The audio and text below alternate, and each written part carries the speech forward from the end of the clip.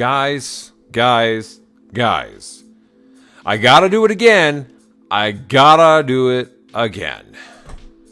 need to talk more about passport bro shit because I feel like continuously people put stuff out there that makes this name or label or whatever look bad. And beyond the fact that we shouldn't be doing that, we shouldn't be saying, hey, here are some examples we can point to of people who make this thing look shitty or they do stupid things. Beyond that, I feel like people just want to keep reposting it and saying, oh my god, these passport bros are out there and all they're doing is sleeping with these women and using these women, and they don't care about these women. They're just abusing them and making them their slaves and whatever. I get a lot of men in my comments calling themselves passport bros. And for those of you guys that don't know what that is, it's where American men are tired of how masculine American women are, so they go overseas in hopes to find a traditionally feminine wife. Now, while I can see their point, and while I do agree that we do have a severe problem in our current dating climate, culture even, we have very feminine men, we have very masculine women, I don't think that a lot of these men that are going overseas realize what they are actually going to be expected to provide when they find a traditional woman. They're not going to be able to just contribute 50%. They are actually going to have to step up and be a traditional man and be the sole provider and protector. They're not going to be able to get away with it just doing 50-50 like the American women who are so masculine. Let them be. If you're going to go over and be a passport bro, be prepared to step it up, buddy. There's multiple things going on here, okay? First of all, most men, not all men, most men don't care about being the sole provider.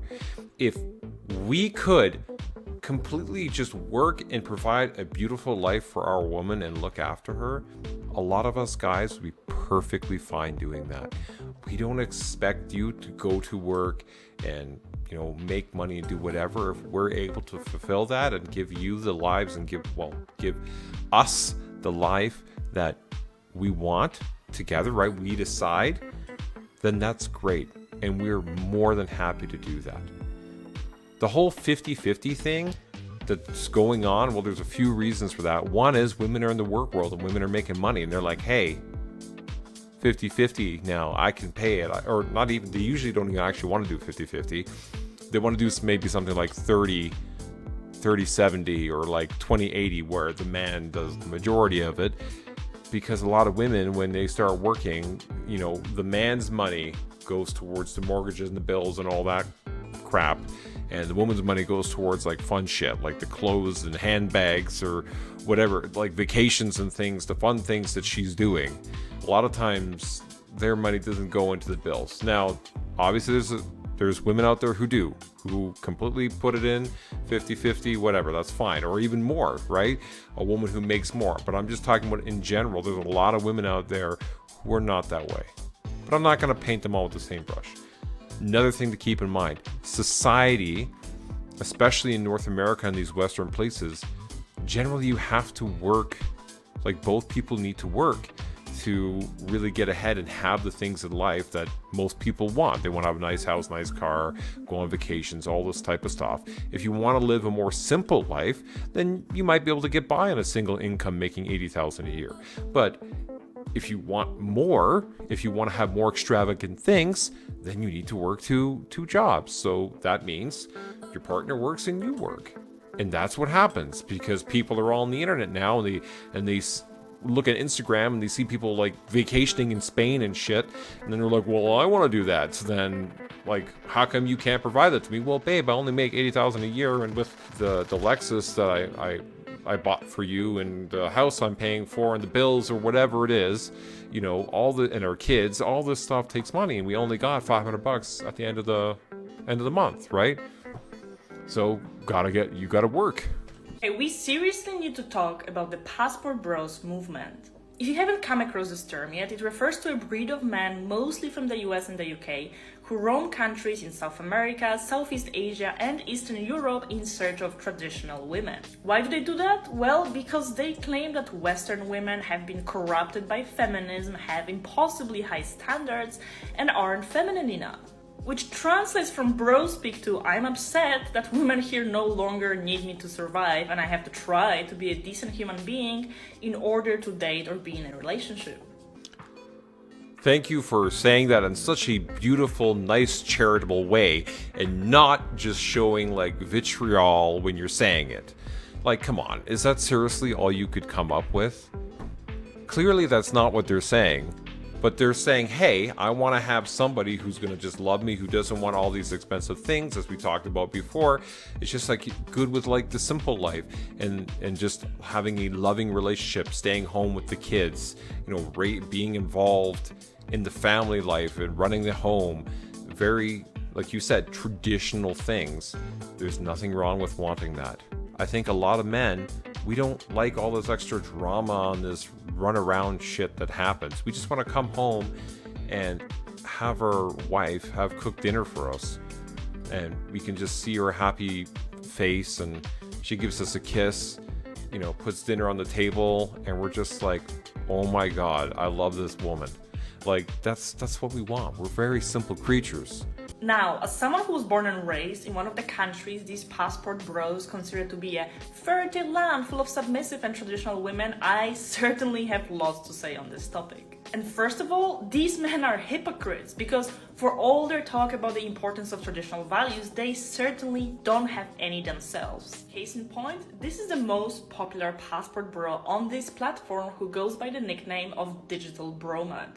And his entire online persona is just showing off women who he pays for and presumably sleeps with while partying and enjoying a lavish lifestyle. And if you look at all the forums and pages and channels dedicated to the Passport Bro community, and yes, there is already plenty of them, you will find just more of the same. These men aren't interested in finding a traditional woman, they just fetishize, hypersexualize and stereotype women from developing countries and essentially leverage global economic inequality for their own personal gain. I will agree with you, especially on that guy's Instagram or TikTok page, whatever. Like, I have looked at it and I was like, dude, what the frig?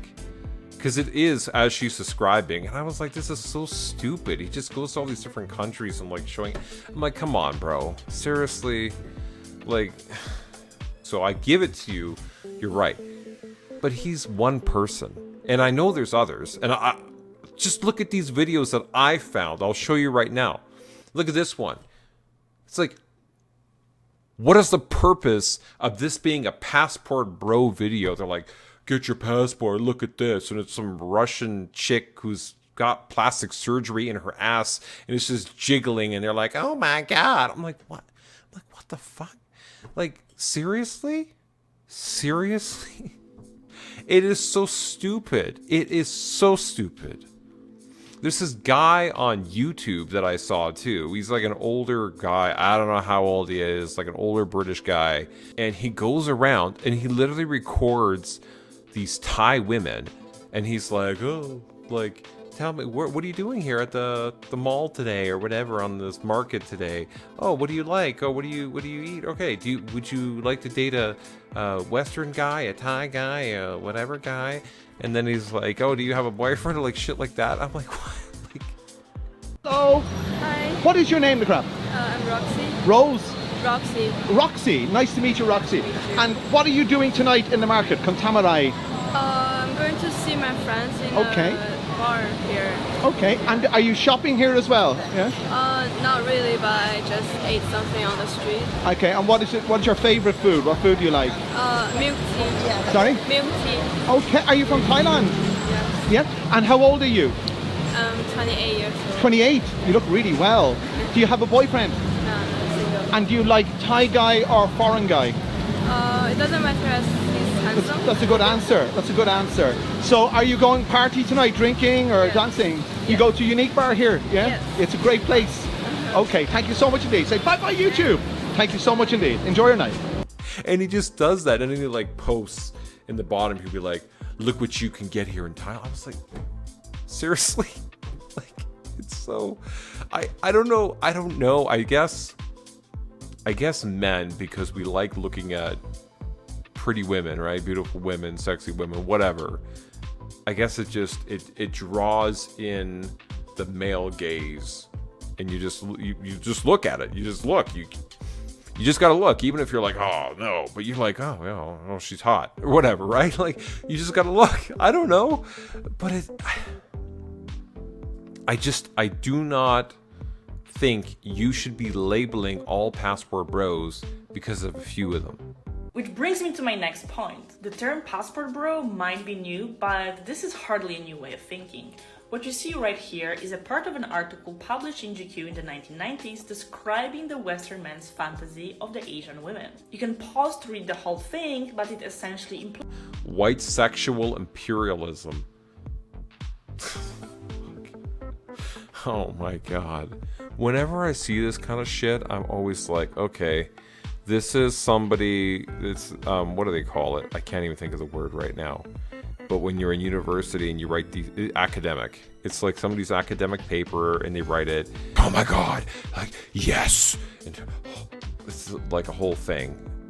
I just, whenever people do this and they pull this shit up and they're like, I just think to myself, I'm just tuning out already. That Asian women are fun and uncomplicated, and they don't insist on being treated like a person, which makes them perfect for a Western man tired with those angry feminists. Well, clearly not much has changed in the last 3 decades. Clearly you don't know what you're talking about, because literally Asian woman stereotype, especially if you think of like Chinese or Japanese, something like that, is out in public. They might be all like, oh, well, you know, I'm not gonna have too much of an impact on the people around me. But when they get back in the home, they like run that shit. They run the accounting. Like, the man gives the woman the money, and then she determines what shit gets spent on. She runs that family. So it's just like what the hell? Like, did you not, whoever wrote this, did they not at all use anything from real life? They just looked at the outside, like what you see on the outside. All these nice Asian women, they're just sitting there like, oh, they're just like so calm and just whatever. They don't do anything. Because passport bros are once again reinforcing all these disgusting and reductive stereotypes that imply Asian women, but also South American women and Slavic women aren't people. No, in their eyes. That's also some bullshit, because you know South American women and Slavic women are gonna like bust your ass. You think you date like a Russian, Ukrainian, they're just gonna be like not gonna tell you their opinions and sit back and just let you do shit? Are you freaking kidding me? If you think that, then you are clearly not from there.